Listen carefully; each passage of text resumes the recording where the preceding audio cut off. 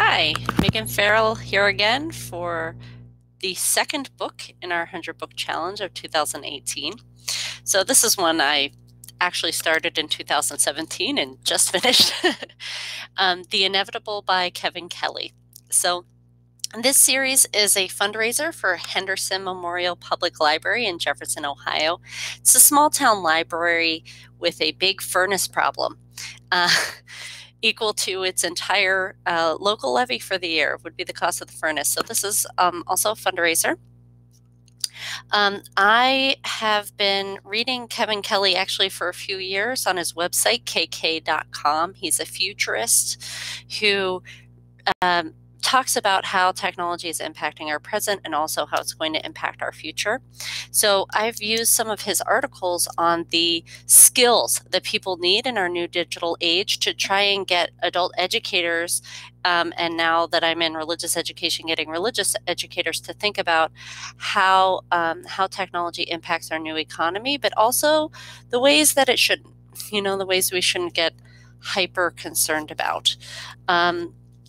So his book I really like because it's not about, it's about verbs. It's about what we're going to be doing in the future, like tracking is a big one, like each cognifying, talking about artificial intelligence, accessing. Streaming things instead of owning things, for example, is a big theme in here. So each one, there's 12 different forces that he goes into. There are a couple that I really like his approach as well, because he talks about verbs. So it's not, oh, this product is going to get big, or this kind of market is going to really blow up. It's not all the economic forecasting that's total BS, right? It's really trying to get at what real life is going to be like. I also like the way that he describes things. He's just it's really refreshing to get somebody who's really into technology, but is also a really good writer. So there are a couple ways for me that I think, whether we're talking about libraries, whether we're talking about churches, whether we're talking about education, healthcare, no matter what field you're in, being a parent, that we can really think about some of the things in here. For example, I want to quote from the chapter on filtering. He says, "Our monkey mind is cheaply hijacked. The remaining scarcity in an abundant society is the type of attention that is not derived or focused on commodities.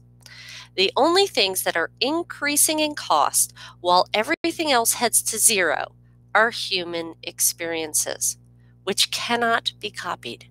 Everything else becomes commoditized and filterable.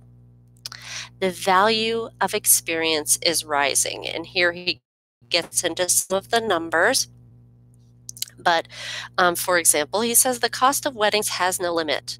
These are not commodities. These are experiences. We give them our precious, scarce, fully unalloyed attention.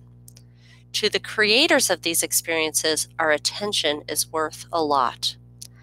Not coincidentally, humans excel at creating and consuming experiences. This is no place for robots. If you want a glimpse of what we humans do when robots take our current jobs, look at experiences. This is where we'll spend our money because they won't be free, and that's where we'll make our money. We'll use technology to produce commodities, and we'll make experiences in order to avoid becoming a commodity ourselves. It's beautiful writing, and it's also extremely hopeful.